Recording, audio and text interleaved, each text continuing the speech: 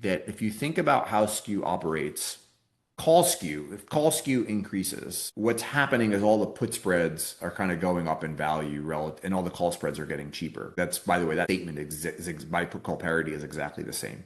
So as the call spreads get cheaper, think of GME or think of, actually forget that, think of VIX. VIX call spreads always look cheap, right? Because at the end of the day, like let's say VIX is at 15. The market's like, there's no difference between the 30 strike and the 31 strike. They're the same freaking option. Yeah, we know they're a dollar apart and all that jazz, but it's the same option. It's like, if you get there, they're both exploding. So a cheap call spread reflects the fact that these two options are basically the same. There's not much discernment between them. If the VIX starts going up, that call spread doesn't really act like it has that much of a delta. Like it kind of doesn't, it's like frustrating. If you buy an upside call spread in VIX, like the only way you're going to get paid to it is if you held it and we happen to expire above, $30. Like that's the way you're going to get paid. It's never on a mark to market basis going to get that beefy. Like you'll buy the call spread for a nickel. You'll watch the VIX future go to 27 and like that call spread's still only worth 20 cents. And you're like, I feel like this thing should have been worth like 40 cents when we got here. And then you find out it's only worth 20 cents. And it's like, because as you're getting the stock up, vol up thing, but you're getting like with the VIX future, but the call skew is ripping. This is exactly what would happen in a natural gas too. Like, all the upside call spreads, they look so cheap. They're not cheap. They're not going to perform when we rally.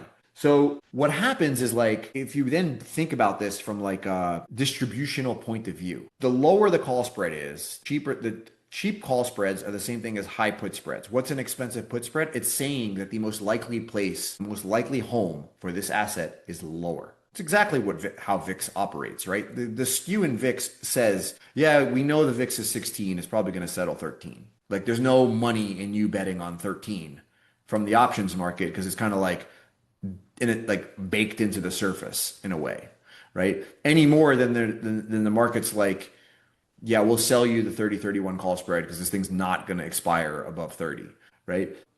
Expensive call skew is kind of bearish.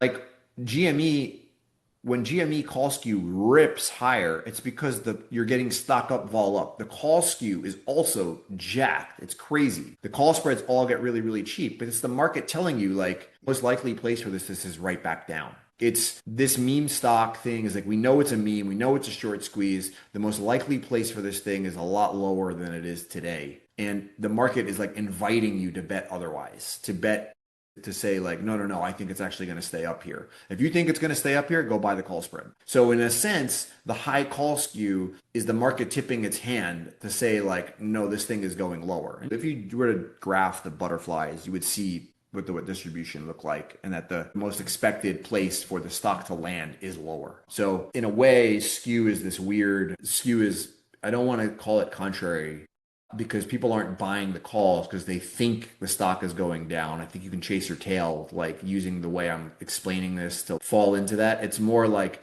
people are buying the calls because they don't want the hard deltas because they're kind of aware that this thing is probably going down, but there's some chance it goes really, really high. And that's why they buy the call instead of buying the stock. And so the skew ends up reflecting that.